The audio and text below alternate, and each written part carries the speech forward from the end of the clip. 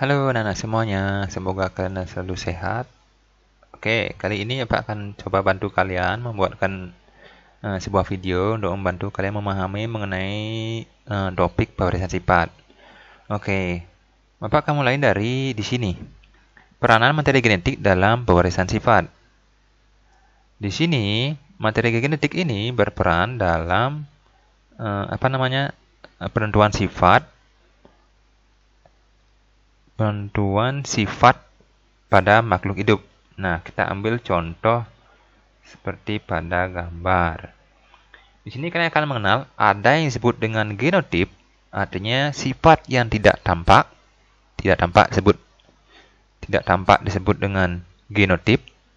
Kemudian yang tampak disebut dengan fenotip. Contohnya seperti apa? Ini misal. Pertama, kalian mengenal ada istilah homozigot dominan. Maaf, kita bahas fenotip genotip dulu. A besar ini disebut dengan genotip. Ini genotip. Genotip kurang lebih simbolnya. Kemudian fenotipnya yang tampak ini berbulu merah. Fenotip berbulu merah. Berbulu merah.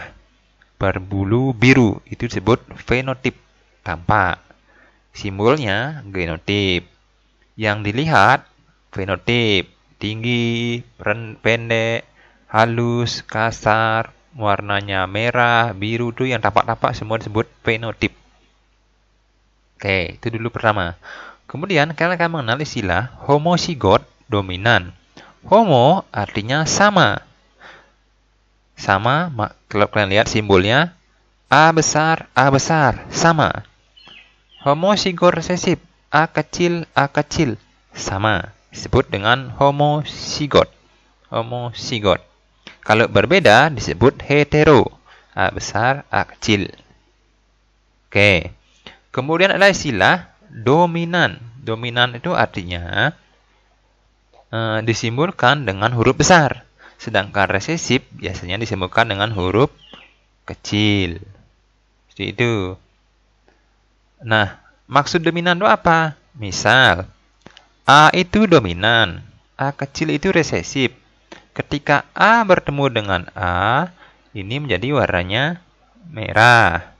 Dominan, jelas. Ketika A kecil ketemu dengan A kecil ini resesif, warnanya biru, jelas. Nah, problem terjadi ketika A besar bertemu A kecil. Di mana A besar ini merah, A kecil ini biru. Karena A besarnya dominan, ketika A besar bertemu dengan resesifnya, maka sifat dominan yang muncul. Makanya ketika ini dicampur, maka warnanya merah. Genotipnya boleh beda, tapi fenotipnya merah karena A yang ini dominan. Itu maksudnya. Oke, kita lanjut. Nah, ada seorang ilmuwan, Bapak genetika, disebut dengan Bapak Mendel. Dia memajukan untuk persilangan ada 3 jenis. Ada persilangan monohibrid dominan, monohibrid intermediate, dan persilangan dihibrid. Mono 1, dihibrid lebih dari 1. Oke, kita coba bahas satu-satu. Pertama, monohibrid dominan. Mono dari katanya kita bahas. Mono itu artinya satu sifat beda, di mana hanya satu sifat yang diamati. Misalkan pada contoh warnanya, di sini warnanya ungu, di sini warnanya putih. Nah, disebut dominan karena ada sifat dominan dan resesif. Contoh kita bahas di sini. Sebuah bunga warnanya ungu. Misal kita simbolkan dominan ya. Misalnya induknya adalah induk pertama. Kita tulis ini deh. Induknya bunga ungu disilangkan dengan bunga putih. Ini fenotip. Sekali lagi, ini fenotip. Genotipnya B besar, B kecil disilangkan. Gimana gametnya? Kita lihat sini, B-nya ada satu sama nih. Kita pilih satu saja. Ini satu saja juga, sejenis ya. Maka keturunan pertamanya digabung. Maka B besar, B kecil. Karena harus berpasangan. Maka karena ini dominan, ini warnanya fenotipnya adalah ungu. Kemudian F1 yang ungu ini disilangkan dengan sesamanya. Jadi indukan keduanya ungu B besar B kecil ini disilangkan dengan B besar B kecil.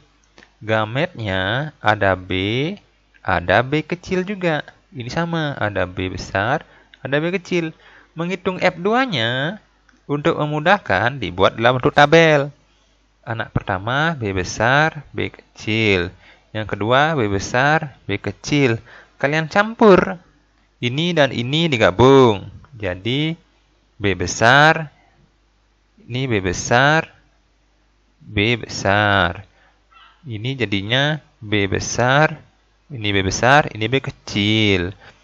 Ini B besar, B kecil juga. Ini B kecil, B kecil. Kalian gabung saja.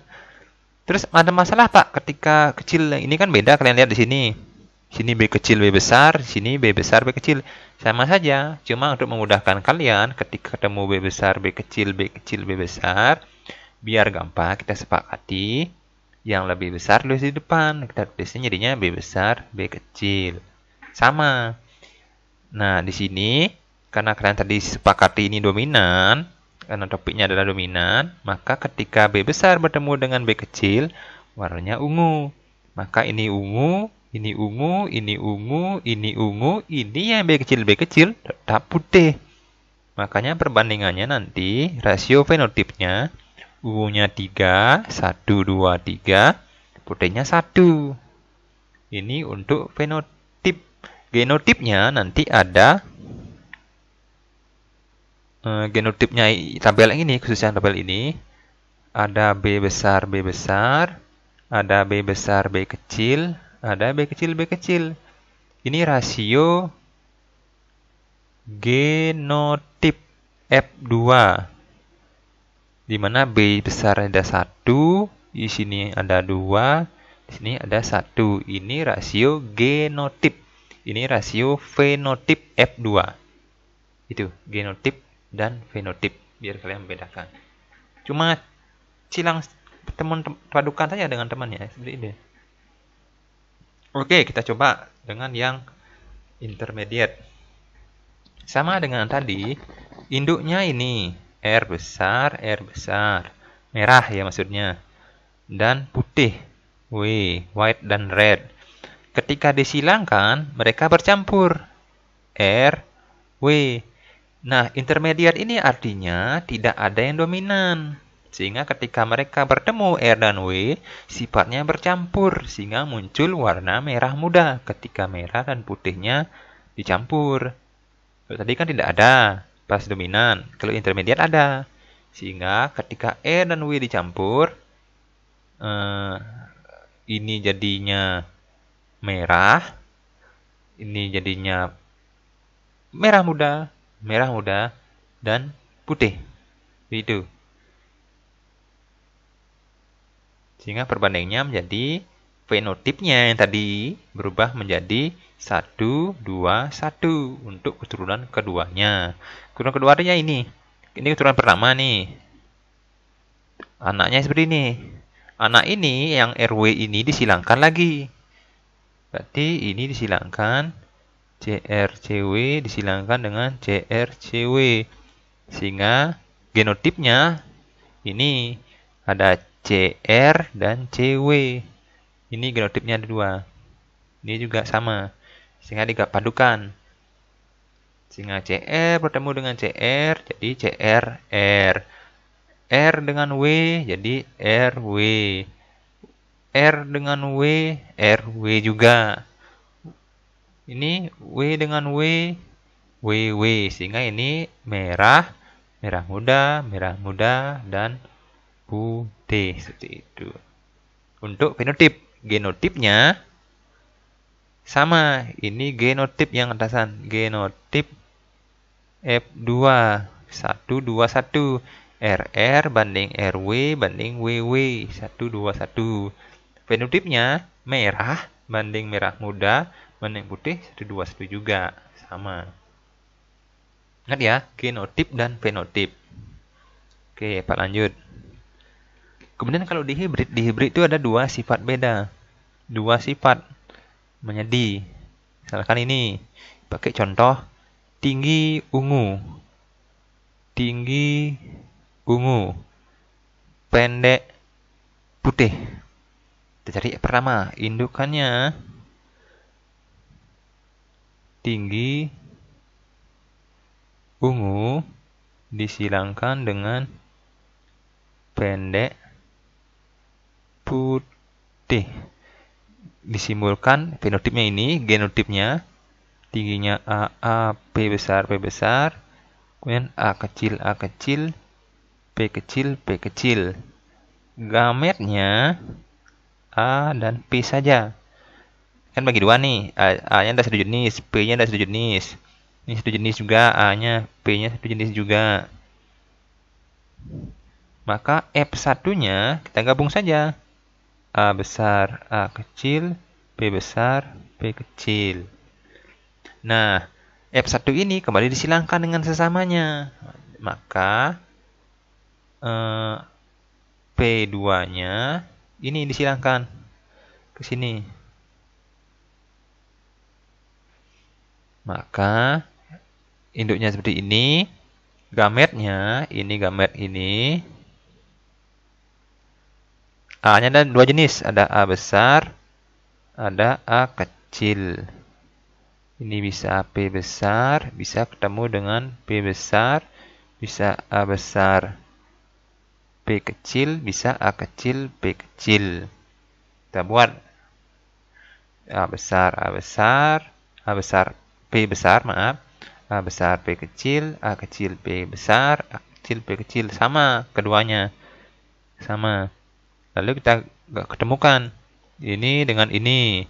A besar, P besar, P besar. Yang ini A besar, P besar, P kecil. Digabung. Ingat ya, biar gampang. Yang besar tulis di depan. Misal ini dengan ini. Yang nomor 3. A besar, A kecil, P besar, P besar. Yang nomor 4. Kembali. A besar, A kecil, P besar, P kecil. Itu terusnya sampai terakhir A kecil, sampai terakhir yang ini. A kecil, P kecil, P kecil. Nanti dapatkanlah fenotipnya dan genotipnya. Itu untuk di hibrid. Nanti masalah membaca fenotipnya apa, tergantung soalnya. Dominan apa tidak. Kalau dominan kan tinggal baca. Tadi ingat, kalau dominan ketemu resesif, sifat dominan muncul. Kalau resesif saja, ya otomatis sendiri tidak masalah. Yang masalah kan ketika digabung, misal tadi. Misal ini nih, A besar ini tinggi. A besar tinggi. P besar ungu. Sehingga kalau A kecilnya pendek, P kecilnya putih, maka kalau misalnya dominan ya, yang ini dominan, semua sifat ini dominan, maka ini ketika digabung, ini dibaca tinggi ungu juga. Karena A yang besar dan P yang besar dominan. Kalau yang ini sebut A besar, A kecil, P kecil, P kecil. Yang mana dia? Yang ini. Maaf, yang ini disebut dengan tinggi putih. Karena ini dua resesif keduanya. Putih. Kalau yang ini tinggi ungu. Yang ini juga tinggi ungu. Yang ini pendek ungu. Yang ini pendek ungu juga. Yang ini tinggi ungu. Yang ini tinggi putih. Yang ini pendek ungu. Yang ini pendek putih. Seperti itu. Nanti dicoba ya, nanti kalau kesulitan silahkan ditanya. Oke, kita lanjut. Perusahaan sifat juga diterapkan pada manusia untuk mencari yang pertama perusahaan sifat. Seperti kita ketahui, sifat itu diturunkan dari orang tua kepada anaknya, yang biasanya contohnya warna kulit, ada warna kulit, bentuk dahi, kuping telinga, jenis warna rambut, dan sebagainya. Biasa misalnya keriting, lurus, seperti itu. Biasa kan kalau orang tuanya keriting, anaknya ikut keriting, seperti itu kan sudah ketahui. Kemudian selain pada manusia, perwarisan sifat juga kelainan, menunjukkan kelainan karena yang biasanya terkait resesif, menurunkan sifat penyakit yang terpaut pada kromosom. Beberapa di antaranya misalkan albino. Albino itu yang putih-putih semuanya, seperti gambar, itu albino. Kemudian buta warna, tidak bisa melihat warna. Misalnya paling sering itu buta warna merah, atau warna biru, atau warna hijau. Itu. Kemudian ada hemofilia. Hemofilia ini adalah darah itu susah membeku. Misalnya darah itu ketika terluka cepat membeku, tapi ketika penderita hemofilia susah sekali membeku. Makanya berbahaya hemofilia. Dan itu tidak menular, namun diturunkan. Itu makanya disebut istilahnya penyakit menurun. Oke, Pak lanjut.